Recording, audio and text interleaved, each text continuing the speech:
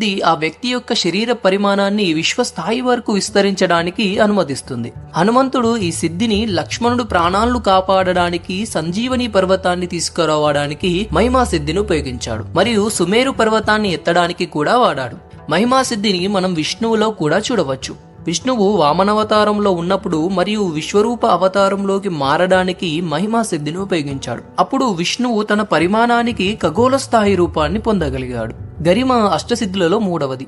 ఇది వ్యక్తి శరీర బరువును మార్చుకోవడానికి అనుమతిస్తుంది. అయితే ఈ సిద్ధి వినియోగదారుడి బరువును పెరగడానికి మాత్రమే అనుమతిస్తుంది. ఈ సిద్ధి ద్వారా ఆ వ్యక్తి తన శరీర బరువును కొంచెం నుండి అనంతం వరకు పెంచుకోగలడు. అనిమ మరియు మహిమ మధ్య సంబంధం మాదిరిగానే ఇది బరువును తగ్గడానికి అనుమతించదు. రావణుడి ఆస్థానంలోకి అంగదుడు ప్రవేశించినప్పుడు ఆస్థానంలో ఉన్న యోధులను తన పాదాలను కదిలించమని సవాలు చేశాడు. కానీ అంగదుడు గరిమా సిద్ధిని ఉపయోగించినందువలన ఎవరూ కూడా తన పాదాలను కదిలించలేకపోయారు.